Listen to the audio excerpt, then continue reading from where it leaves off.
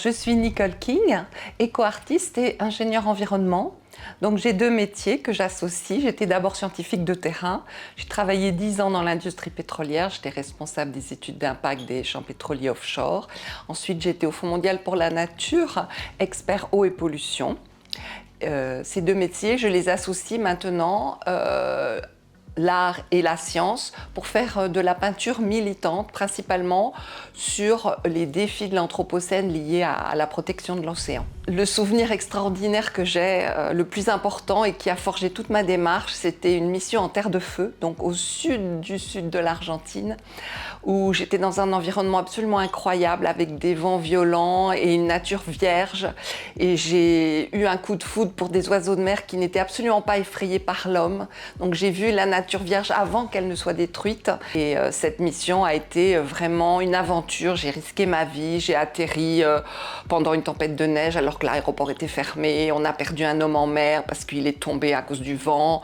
Enfin, ça a été vraiment une aventure à la James Bond, mais en même temps, ça m'a vraiment déclenché le besoin de communiquer autrement pour la protection des océans par la suite. Donc, je suis passée ensuite à l'art. Je continue à diffuser mon livre que j'ai publié récemment, qui s'intitule Pour une eau vivante, qui est un livre novateur entre art et science, puisqu'il a été écrit à deux voix avec Christian Norbergen, critique d'art, dans lequel je présente 90 toiles militantes sur principalement la protection des océans et les ressources en eau.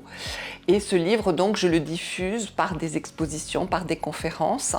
Et j'ai également l'espoir de créer un nouvel atelier pédagogique pour les jeunes. Ça fait de nombreuses années que je souhaite communiquer et sensibiliser autrement par l'art et par la peinture militante. Et c'est assez paradoxal, j'ai récemment pu connaître des journalistes à la radio et donc je fais régulièrement maintenant des émissions de radio. Chez Radio Aligre, donc je suis leur expert océan, on a déjà fait 4 ou 5 émissions sur ce thème-là depuis l'UNOC. Et également chez RCF Moselle avec Fabienne Ramon. Et donc, c'est passionnant de pouvoir expliquer, grâce à l'art, les défis de l'Anthropocène vis-à-vis de la protection des océans. Et c'est assez paradoxal que c'est à la radio qu'on me demande souvent de parler, alors que moi, je voudrais montrer mes toiles. Donc, on manque un peu de lieux d'exposition. C'est dommage qu'on ne puisse pas plus facilement trouver des lieux pour montrer cet art qui a du sens.